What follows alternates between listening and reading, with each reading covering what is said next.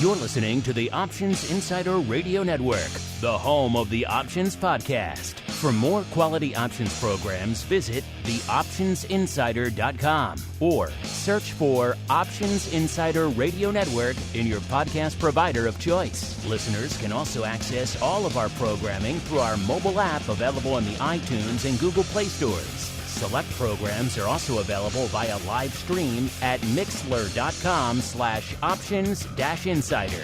That's mixlr.com/options-insider. Don't forget to follow along with your favorite programs and submit your own questions for the hosts at twitter.com/options, stocktwits.com/options, facebook.com/theoptionsinsider, or via questions at theoptionsinsider.com.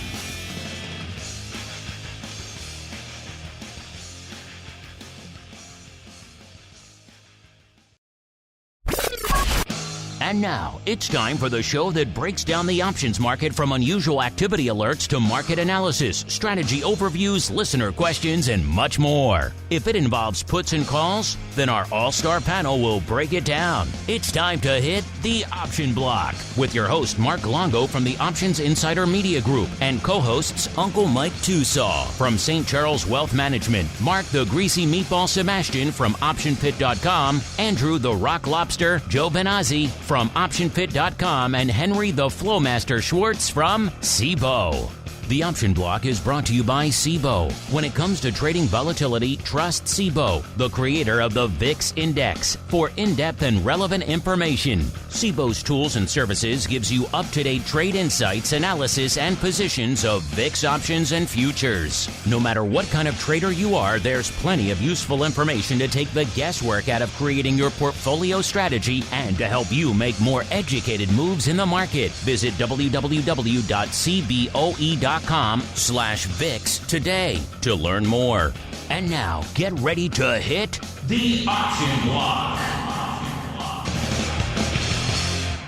Welcome, everybody, to the Option Block. It is January 29th, 2024, and it is I, Andrew GIOVINAZZI, the Rock Lobster from OptionPit.com, filling in for one Mr. Longo. I do enjoy these times when Mark is gone because my guest host, who needs no introduction, but I'll introduce him anyway, and I can talk a little bit of trash about him because the benevolent dictator is out probably sunning himself somewhere on a beach, who knows, somewhere having fun.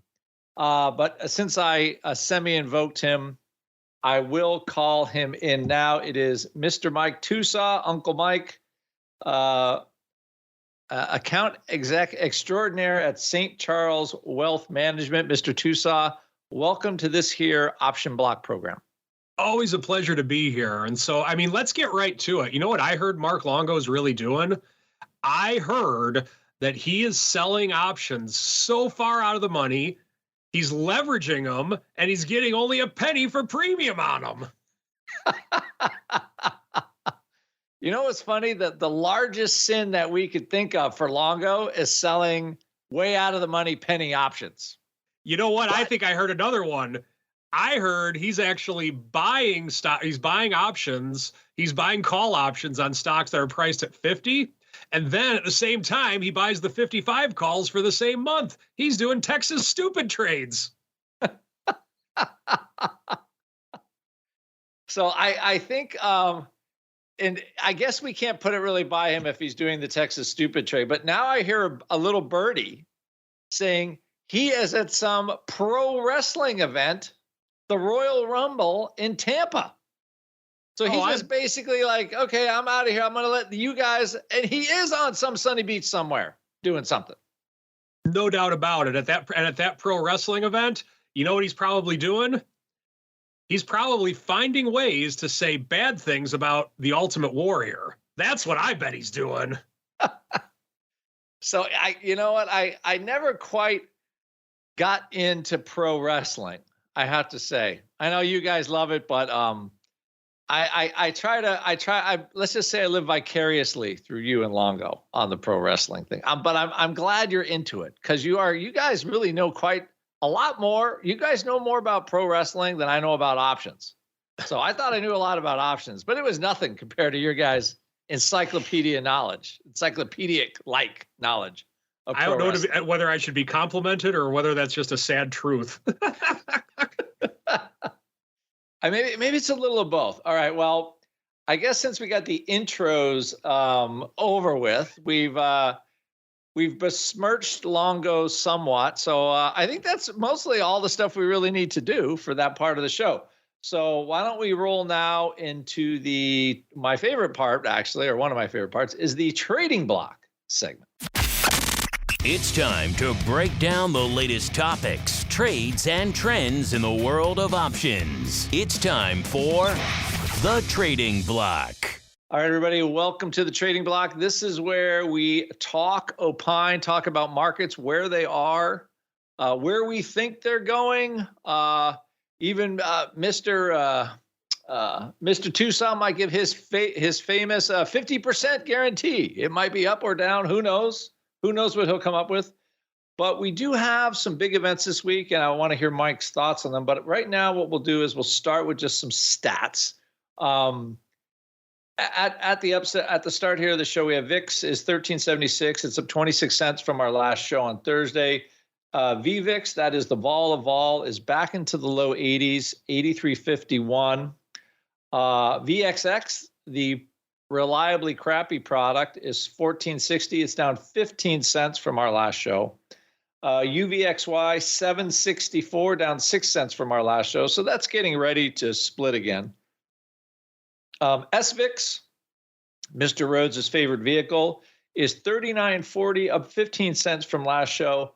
And I would also say with SVIX, now that I look at, because I do like trading that product, it's kind of a fun one, but we haven't seen a new high in SVIX in quite a while, actually.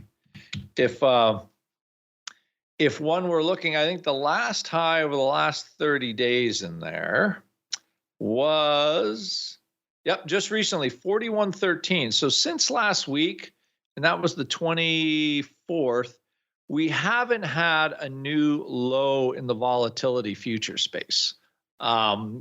We have been kind of coasting along, and as we've been going into this week, volatility futures have picked up a little bit. So an inverse product like SVIX is starting to weaken a little bit, trading just around 39. And lastly, we have UVIX. It's trading 1180. It's down 20 cents from the last show. And again, UVIX works in the opposite direction of SVIX. UVIX is the 2 times long product. And again, it's more than reliably crappy. It's crazy crappy until volatility futures go up. And then it is quite a fantastic instrument when VIX futures actually start to go north again. But even now, from the last show, it's having a hard time. It's not quite moving enough to get off the mat. So I have UVIX down 4 cents. It is up from, let's say, Thursday's low around 11. But it's, at least for today, it's kind of going sideways, even with VIX up on the Monday markup. So with that in mind, we have what I would call, let's just call it a not very interesting volatility market. Normally that happens when you're going into an event like the FOMC. They're going to say something about rates. I'll have Mike chime in here in a second, but are we going to raise? They're going to lower. Mostly, I think the bull market we've had is because they've stopped raising. And it is unlikely that they raise in the foreseeable future. I think more aggressive rate bears thought, they would start to drop rates. I don't really see that happening with government spending, but again, that's just my opinion. But we do have markets. I believe we've had a few closing highs here in SPX.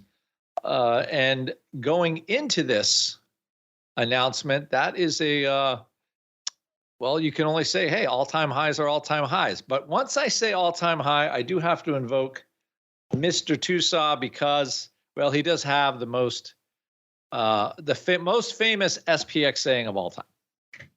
Mr. TOSAW, I'll let you have at it. What do you think about what's going on for this week into the Fed and into some huge big tech earnings?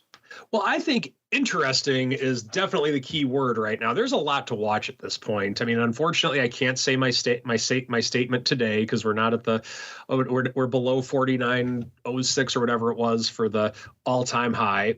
And but what's very interesting about this week is that we are right at the all-time high. We're just a few points below it. And we are staring the Fed in the face as well as big tech earnings. So as we're looking at this, we have the Fed.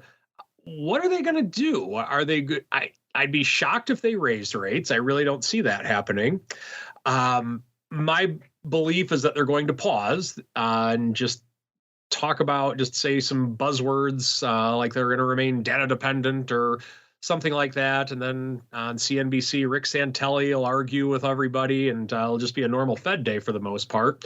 We'll have a big move to the upside, a big move to the downside, and then we'll see where it's at the end of the day on Fed day. But with what it's going to be going forward, I could see if we did lower rates a quarter point, I could see a pretty big rally. And the reason I could see a pretty big rally is that I think we would blow through the all-time highs in the S&P because I think we're going to remain relatively flat until then. I think we could blow through them, and there's nothing stopping them on the upside at that point in time.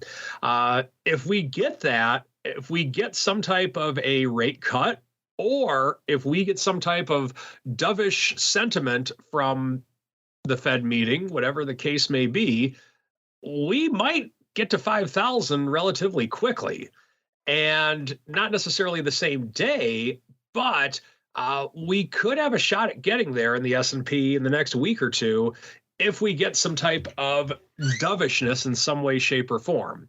Now, if we get some type of hawkishness, I always mess up my doves and my hawks. If we hawkishness, meaning they think they're going to raise rates, then I think it's going to be. Then I think the current all-time highs will act as a an area of resistance, and I think we will be going down. Now, with that, how does this tie into tech earnings? Well, tech earnings, they are a very big deal, as we've talked about on this show. It's very hard for the market to increase if Apple doesn't increase. And just in general, throughout the history of the market, it's difficult for the market to have a major uptick if technology is not on board, or at least in recent history. And so I think it's going to be interesting to see if we have a dovish Fed and we have good forward-looking forecasts in tech earnings, then I think it's going to be look out above, so to speak, with the markets. If we have a hawkish Fed and bad forward-looking statements for big tech earnings, then I think it'll be look out below. Now, with that, we're probably going to get somewhere in the middle. It's probably going to be hawkishly dovish on the Fed, most likely at this point. That is my prediction. I think they're going to pause, and I think it's going to be hawkishly dovish or dovishly hawkish, whatever way you want to look at it. I think that's what we've got to look forward to, and I think it's going to be, as Mark Longo would put, a resounding meh at the end of the day. That's what I think is going to happen. And then I think after that, with tech earnings, that's where we're going to really see the direction of the market for 2024. Is January just a flash in the pan, or are we going to have continuation with the outlook on tech earnings? Now, the other thing to look at on here is the bond world.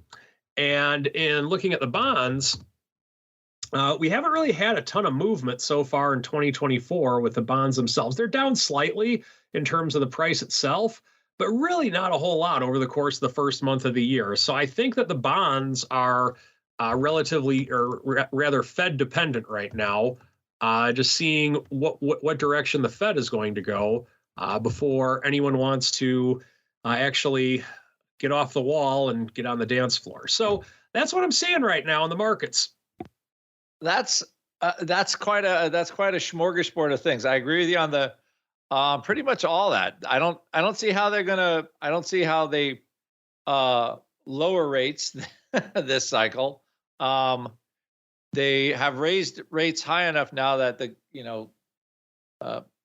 interest that the government is paying is almost what, $1 trillion a year, $800 billion a year, a pretty enormous number, which is quite mind-boggling. It was almost nothing a few years ago, and now it's not. So that you would think that would start to put some kind of crimp in federal spending, but we have yet to see it. And I think that's why rates will stay where they are. And from what I could see, the tech earnings have been okay. Like Taiwan Semiconductor was okay. Netflix really got everybody off the mat. That was kind of I think the big earnings winner so far.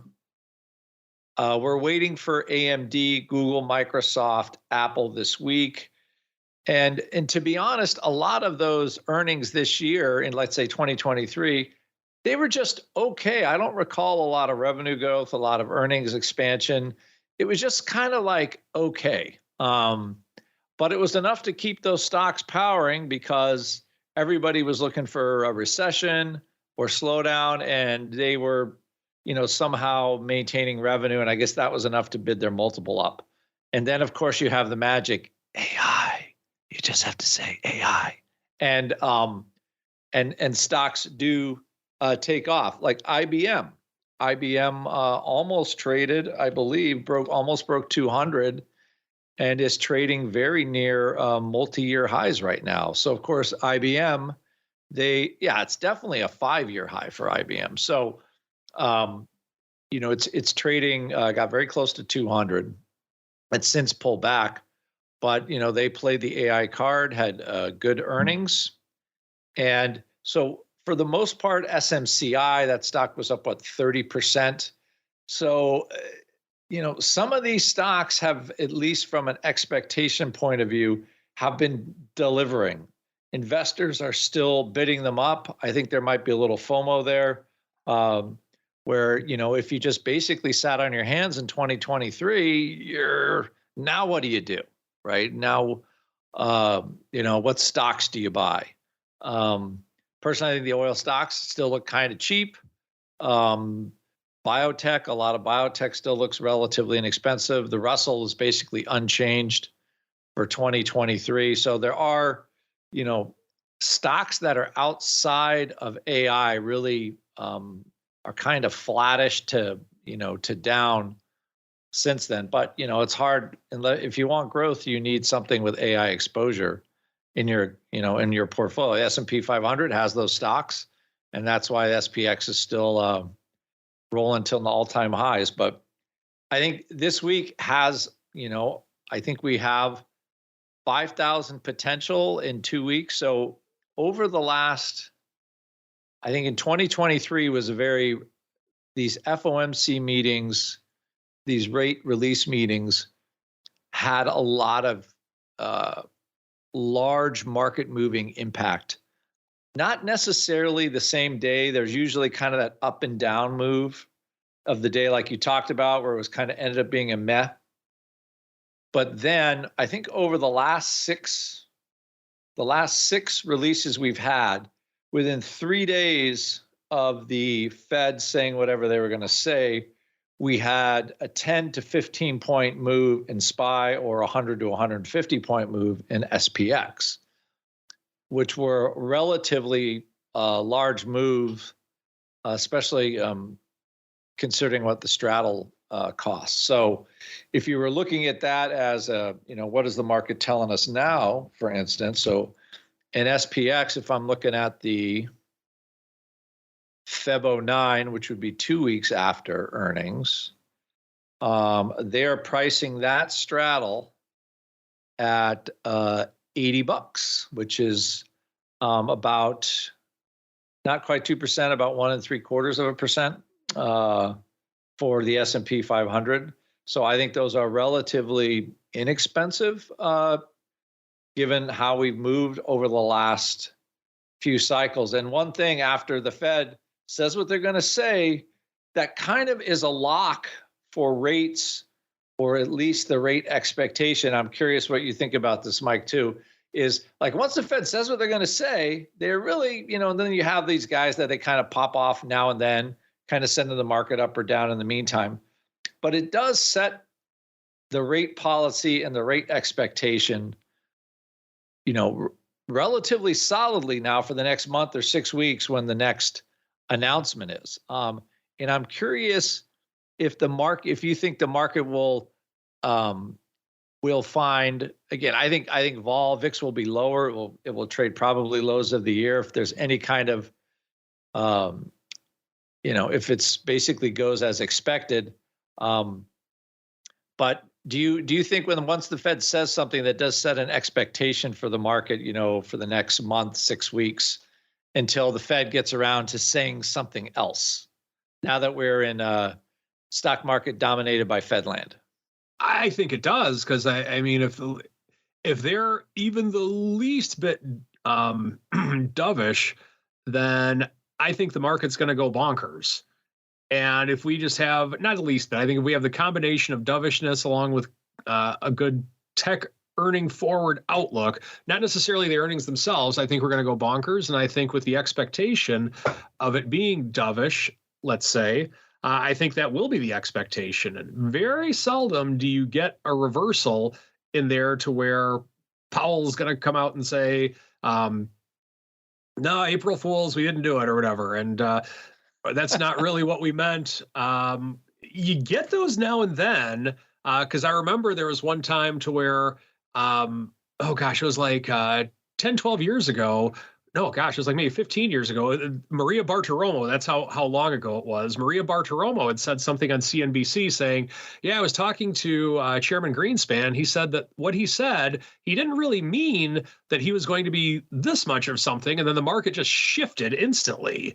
And sometimes you get those, but it does not happen often. They're typically fairly tight-lipped. And when they have like the St. Louis Fed, the head of the Fed, or the Dallas Fed guy is speaking or something like that, you'll hear things that might change it a little bit, but typically not too much from what I found. So I think when it's in, the expectation is going to be there.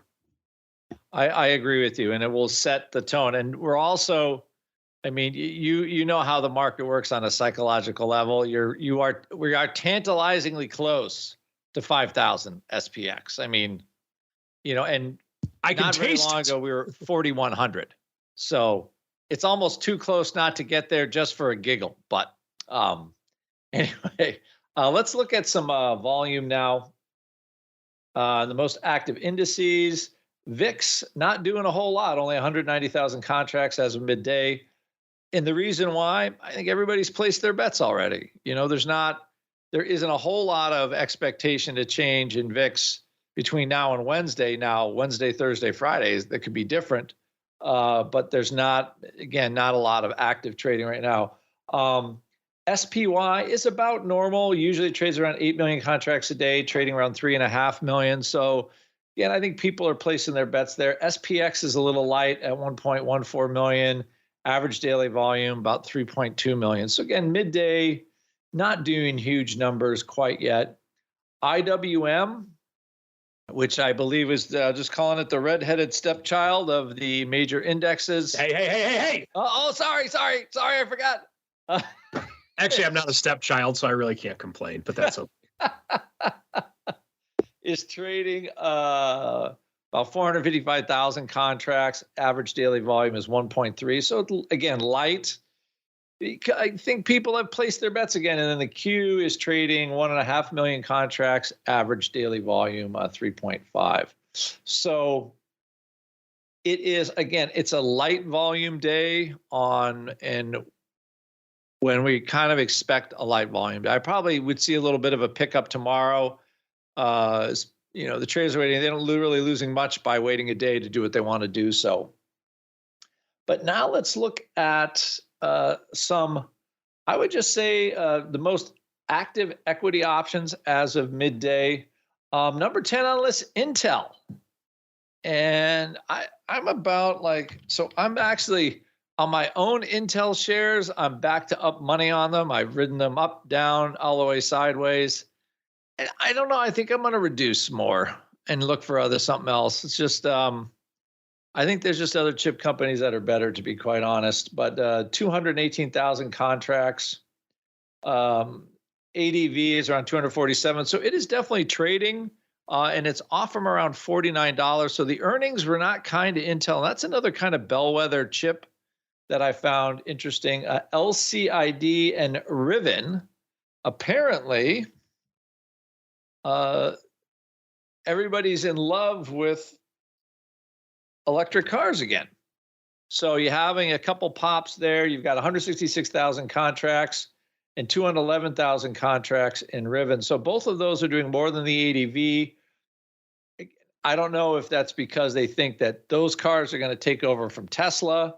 But you are seeing some volume there. Amazon is doing 265,000 contracts, about half of the ADV. So it's on pace to have a normal day. And as I recall, Amazon earnings, yeah, they're coming out on the 1st on Thursday when a couple of the other big techies come in. So we'll wonder how Amazon works AI into their cloud AWS infrastructure. Now here is one that has been off and on. I mean, Coin was having a massive day today, so that would bring in Mara. Marathon Patent Group is up 4%, doing 239,000 contracts, about on pace. It normally does around 500,000. So that's on pace by midday. AMD is still kind of killing it. 309,000 contracts by midday. Number 5 on the list. Normally doing around 900,000 contracts. So it's still jumping. Apple moves to number 4. And with earnings in a couple days, Apple's down on the day with the Q up, which is not normal. That's like almost breaking the law for some reason. NVIDIA is trading 400,000 contracts, normally trades 1.3 million. So it's a little light midday for NVIDIA. And I believe they are waiting for AMD earnings tomorrow. AMD reports tomorrow night. So there's a little bit of, a little bit of early speculating there. Now, here's a surprise, a name that has been in the option block on and off is SoFi. This one actually is back up to highs of the last year, I believe, or close to it.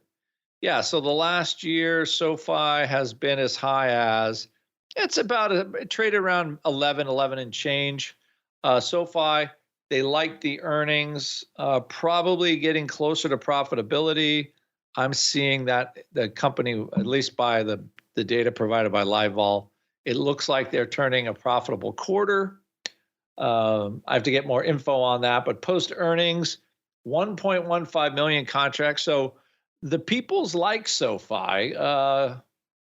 Again, it's doing about 5 times average daily volume post earnings and still kind of holding up strong, up 17% on the day as I look at this.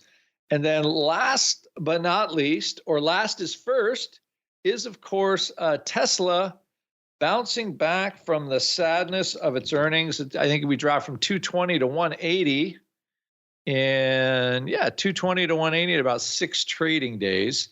It has done the bounce of the dead cat at around 185 and is trading 187.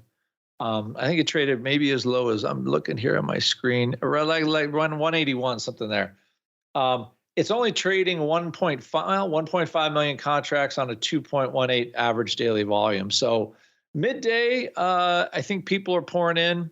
I believe there was some news released. I don't know if you have heard anything new in the Tesla front, Mike, but it looked like they might start selling their AI robots in 2025. And then, of course, Tesla will move from being just a car company, an electric vehicle company, to a true blue technology company. So I don't know if you've heard any news that would be good for the Tesla pop, but if you have any thoughts on the business, on Bitcoin having a pop today, because I know that's one of your favorite securities of all time, or Tesla actually finally having an up day after several down days. Well, let's talk about Tesla first. With Tesla, I think that Tesla's a type of company that there's always something that could go on. So in other words, just looking at the stock price itself, you have it a little over 400 a couple of years ago, down to 100, touched 300. Now it's back down to 200. it's quite the wild ride, to say the least. And anything Elon Musk has his hands on, there's always something in the works, and the man's not dumb. And so I think that there's definitely going to be things that are in the works going forward for Tesla, and whether it becomes totally a tech company, just a car company, whatever the case may be.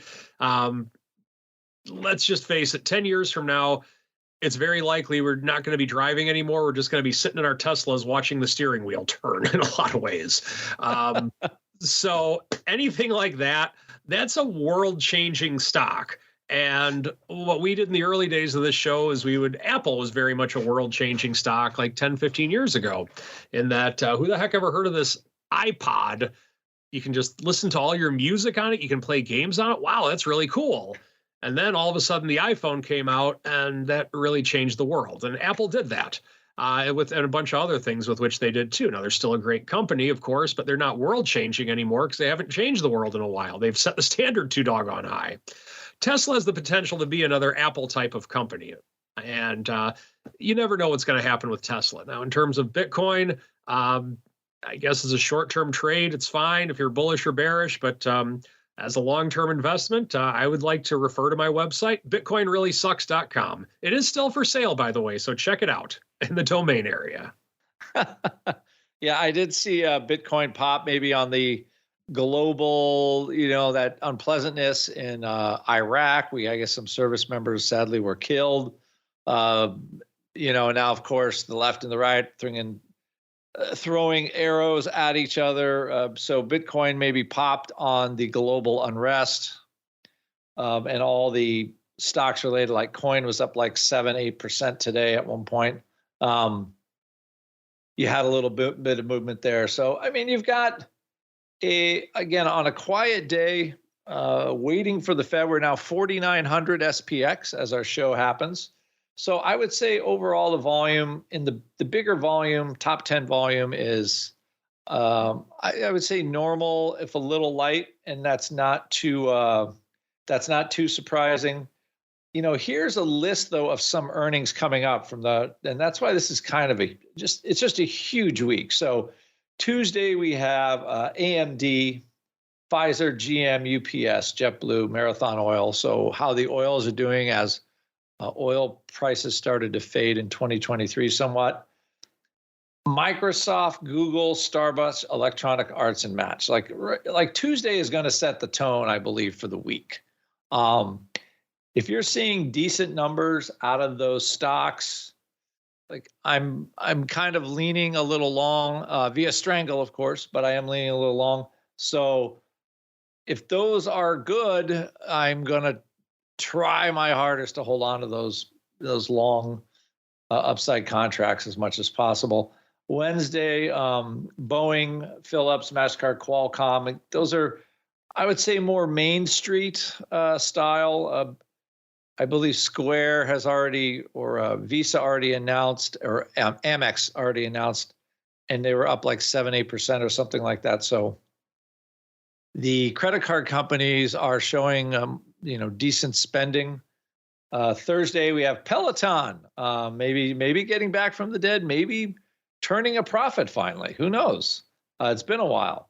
And then you have Apple, Amazon, and Meta, which is Facebook. I can't call it Meta, but Facebook is reporting, and those are all, I would say big. Can Apple maintain its presence? As Mike said, they haven't really come up with a new product in a while. And then, and Mike, did you hear anything about Apple? Are they making an EV vehicle? That's what I thought I heard that noise. Like, so they're really going to enter the EV race in 2025. That was on Twitter, since I can't believe the news anymore about anything.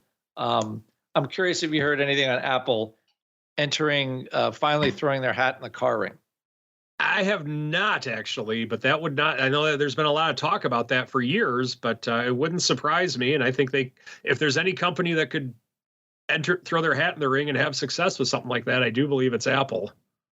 Yeah, because it was interesting about just, constantly doing software upgrades. I read some article, but again, do not shoot the messenger on this one. It's a lot. I see news snippets all the time, and are they confirmed or not? And then finally, as of now, that is an unconfirmed rumor. But and lastly, Friday got Exxon, Chevron, the CBOE, which is one of my. I have not taken a longer term position CBOE, but I think they got something going on there with. I think their LEAP business is going to slowly start to absorb some of this over-the-counter trading because it's OCC cleared. I think that's kind of like a sneaky growth opportunity. CBOE had a very good year last year, so I'll be looking at their earnings report to see if they break out that kind of where their growth is. But if you look at that as a stock over the last year, you know, CBOE started the year at 122, ended the year at around 175. It's not a small gain. So CBOE growth still, you know, since they went public, it's been quite a performer of a stock. So those are kind of our big earnings for the week, and I think it very much will have an excellent look at the tone of this by, you know, Tuesday afternoon by 4 o'clock. We'll also see, you know, what big tech and how investors are relating to big tech earnings. So far, I mean, IBM, I'm not going to call IBM a big tech stock, although it did go like from 122 to 165 or something like that, or 115 to 165 in 2023. So that was quite a performance for IBM. But we'll see how if the market is still going to buy these multiples. And I'm curious to see what Mike thinks about that. But lastly, if you want these earnings reports, basically past implied moves, current straddle price, all that information, surf on over to ORATS. That is Matt Amberson, former pit homie of mine, his excellent option research trading company. So surf on over there. They got all kinds of good stuff on their website for you to peruse at your leisure. And I was looking to see here on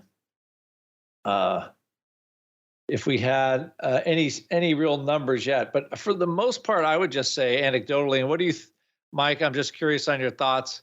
It looked like so far earnings have been okay. And I mean, and stocks are up for the month of January, as far as I can tell. So, I mean, they can't be that bad, right? They're still buying it. Yeah, they are for sure. So, I mean, I think like I said earlier, what I'm really going to be looking at, or what I think is going to really be a driver of markets the remaining big tech names the next few weeks or whatever it is going to be the forward-looking statements of what they have. Okay, and then when we start to hear that, we'll be able to talk about it more on Thursday. If I'm doing the show for Mark, we'll see which way the wind is blowing in that direction. So for right now, we could do well. I think that should wrap up our trading block. It's mostly a trading block of waiting for something to happen. What's going to happen over the next 2 days, and it could be quite big. And now let's roll into the odd block. It's time to break down the most interesting, unusual, and downright questionable options activity that's been identified by theoptionsinsider.com. It's time for the odd block.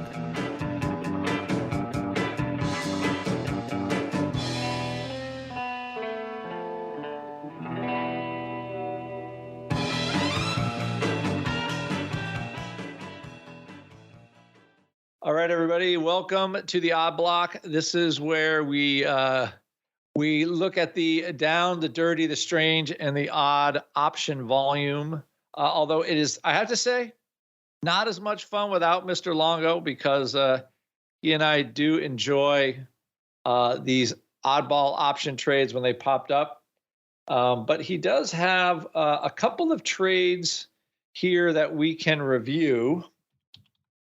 The first one is DLO lit puts, line in the sand puts. I don't know, is this on your radar? D Local Limited is the name of the company. Never heard of it before in my life.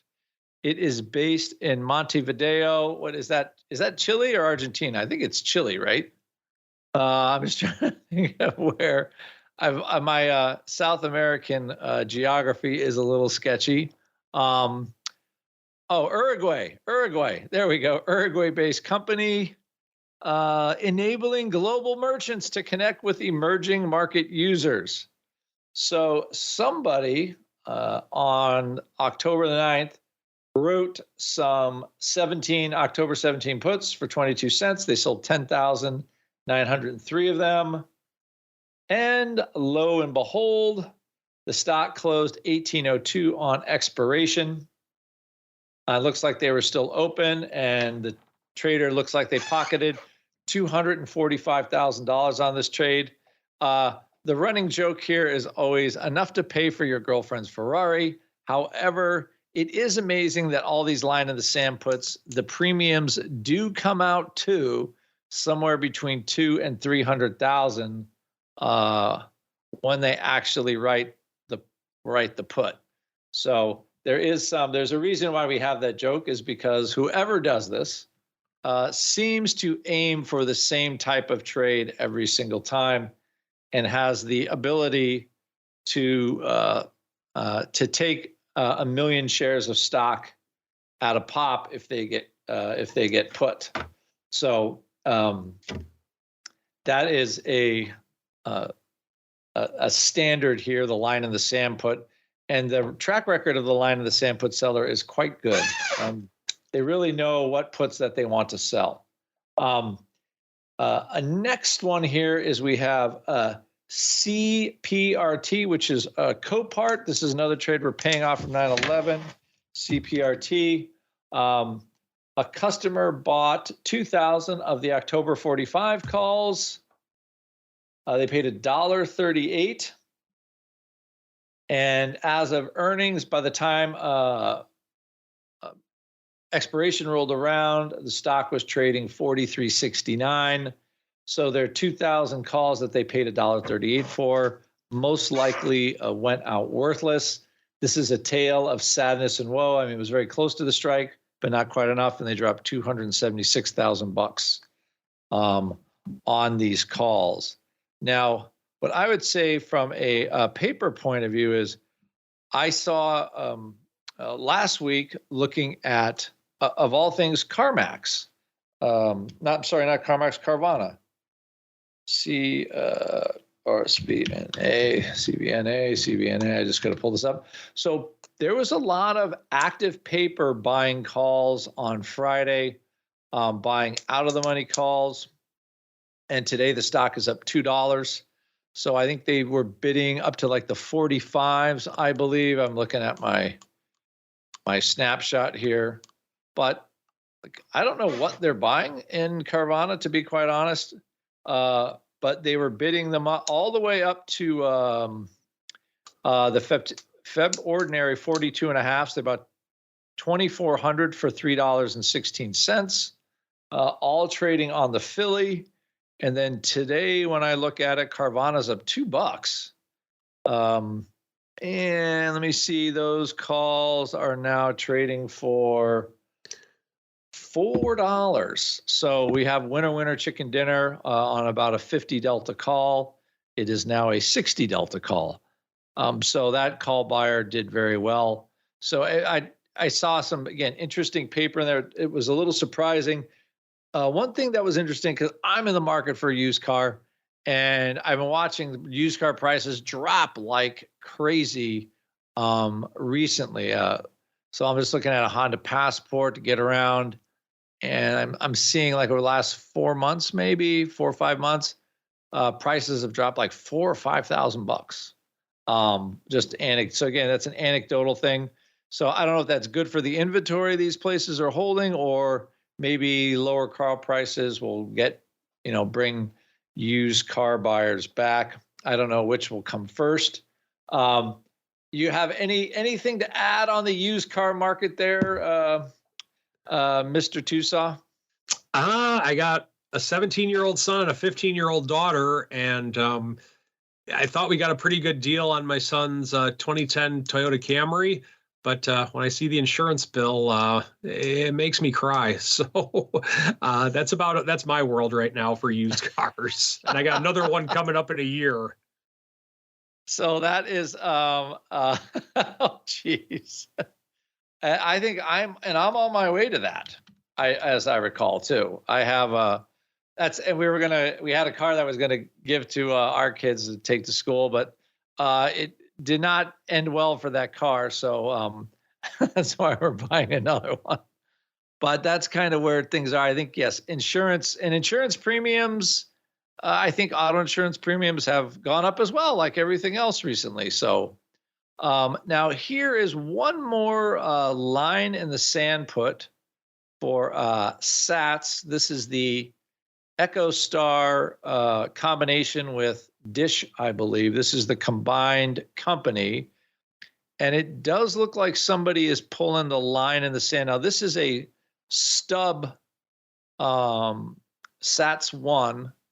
So usually when you have a corporate action, you'll have the new the new entity will maintain the name, and the previous options that existed will have the name plus some a suffix added to it, like this is SATs 1, and somebody sold the December 25 4 puts for about $1. Again, this particular name is like, I think there's a cash and stock in lieu, or there's definitely a corporate action there. That's why the 4 puts have some value. But somebody sold 26,000 of them for $1.25. Maybe they just thought that the deal was so impressive that they wanted to sell these things. So let's see here, SATs 1. I'm just trying to pull this up. SATs 1. But anyway, there is a huge trade on the print, or huge print on the tape for those particular puts. So when I look at that, maybe somebody is trying to do a little bargain shopping. EchoStar and Dish basically had two technology companies that had terrible 2023s, probably down, I'm going to say 50% or more during the year. Let's see where, because I know Dish traded like low, a multi-year low at the end of the year. Yeah, so SATs was down, I'm going to say about 15-20%. Dish was much worse. It was down like 50%. But now that this deal is finished, it'll be interesting to see if EchoStar and whatever they do with their spectrum, something comes out of it. But at least at this point, somebody, again, that's SATs 1, not the SATs ordinary, selling some big puts, or selling a big chunk of puts on the 4 strike, which is going to be a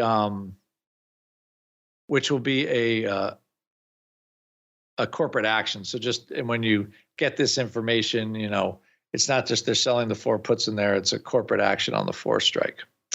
All right. And with that, I think we are done with the odd block. Not a ton of paper out there today. I just thought a couple of interesting movers. But with the odd block, we close the odd block down. We know what is next time for, I believe, since it's Monday, it is time for TOSAW and his strategy block. It's time to dispense options, wit, wisdom, and education. It's time for the strategy block.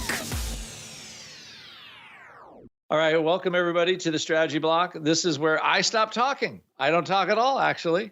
I just nod and I let the wisdom of Mr. TOSAW flow over me and his strategy of the day. For sure. Always good to have a strategy for the day.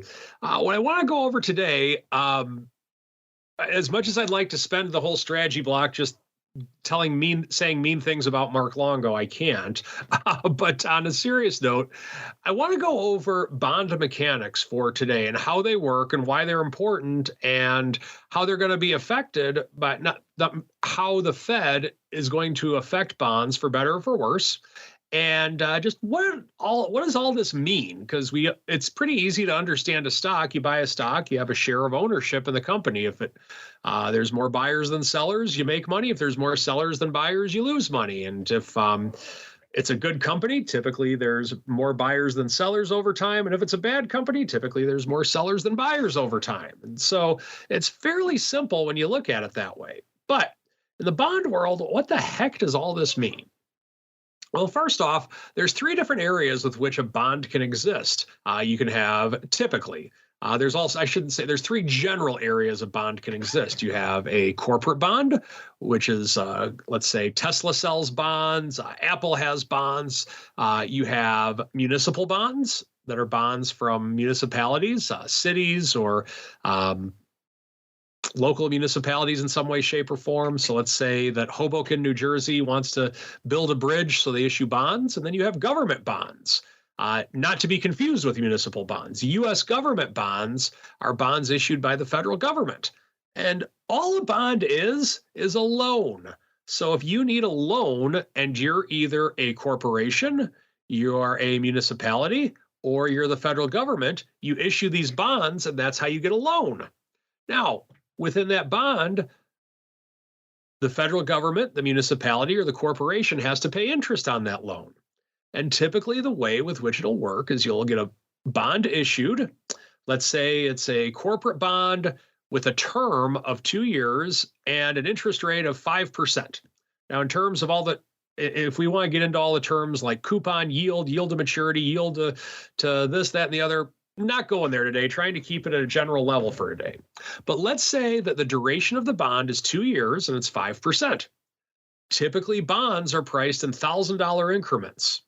So you pay $1,000, and at the end of 1 year, or quarterly, if it's divided up, or whatever the terms of the bonds are, the first year you're going to get $50, the second year you're going to get $50, and then at the end of the second year, you're going to get your $1,000 back.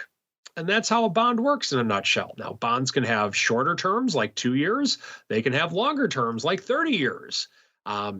They're sometimes called different things. In the federal government, you have bills, notes, bonds. Bills are anything below 2 years. Notes are anything between 2 and 10 years. And then between 10 and 30, it becomes bonds. And so from there, essentially, it could be a little bit more or less, but that's about how it works with how bonds are.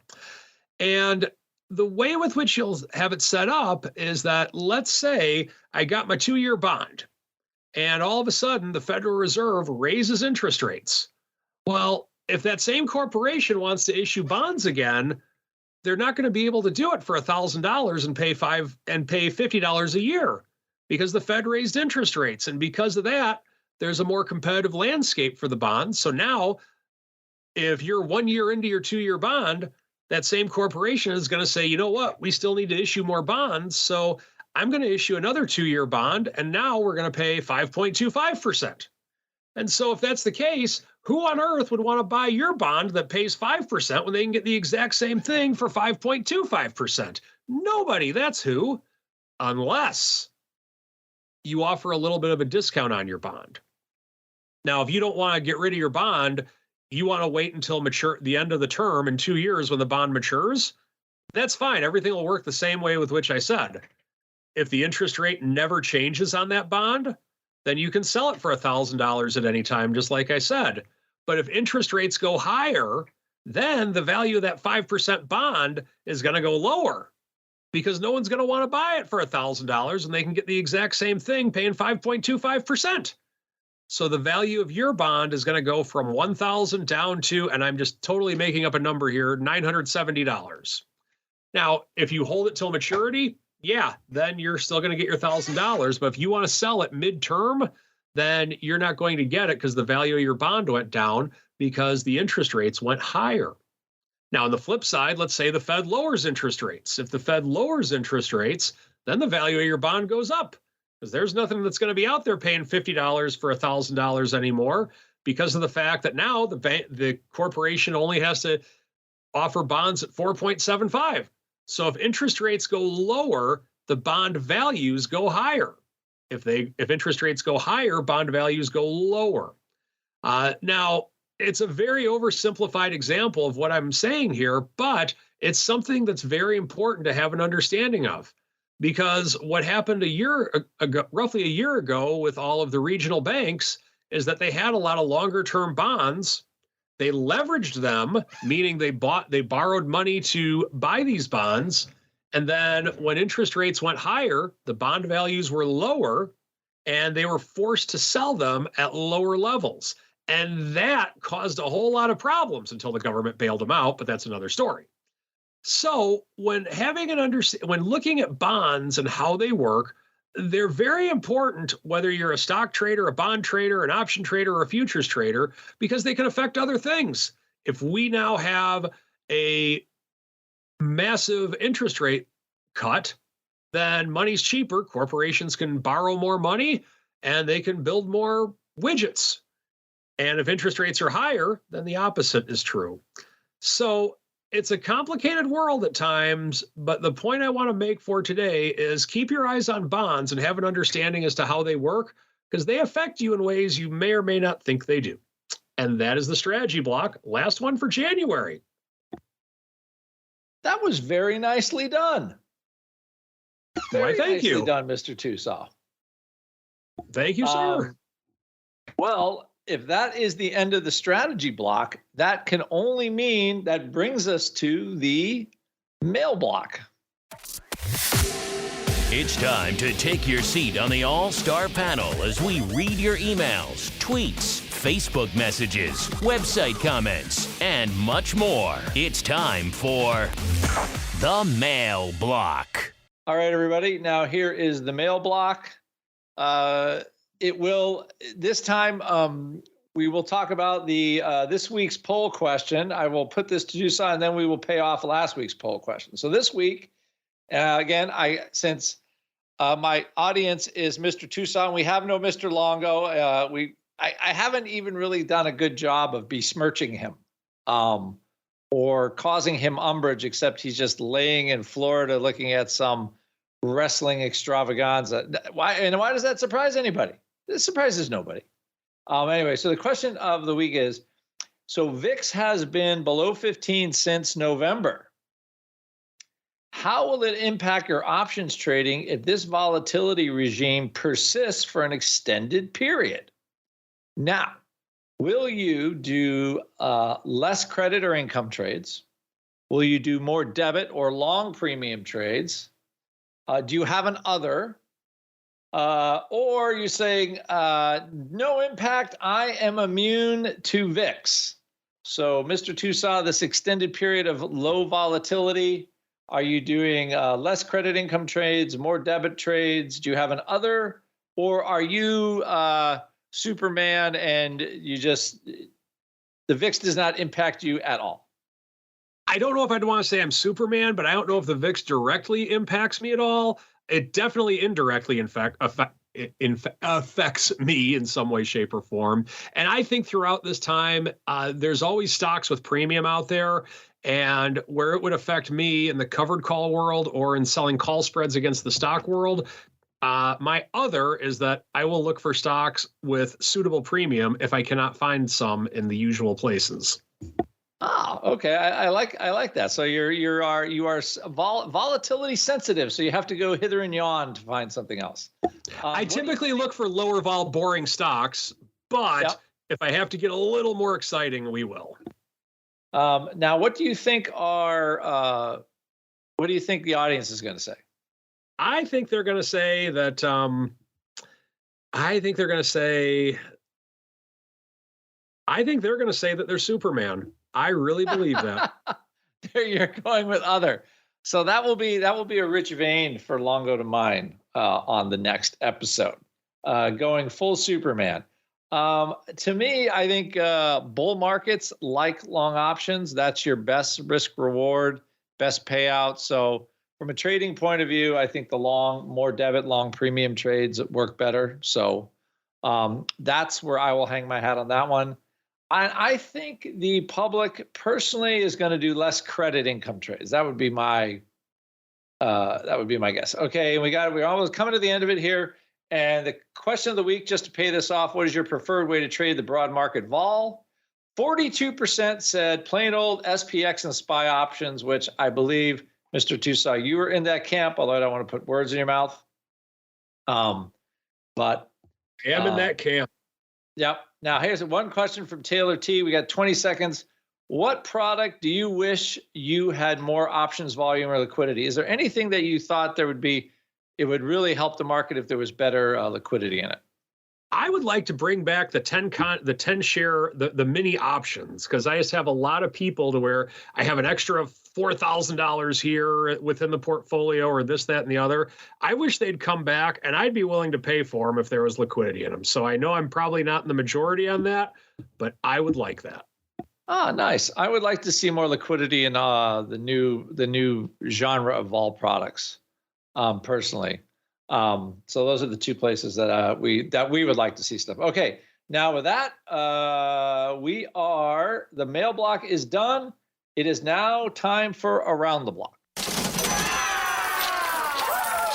It's time to tell you what we'll be watching on our trading screens until the next episode. It's time for Around the Block.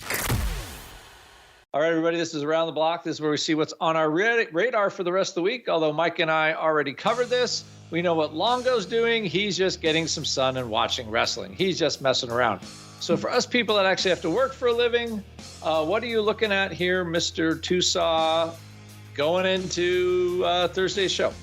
I mean, just watching the Fed. I think that's the big thing right now. Not all the tech earnings will be out by then, but watching the Fed, that's the big one. The Fed, and then seeing the 5,000 number, that's what I'm looking at.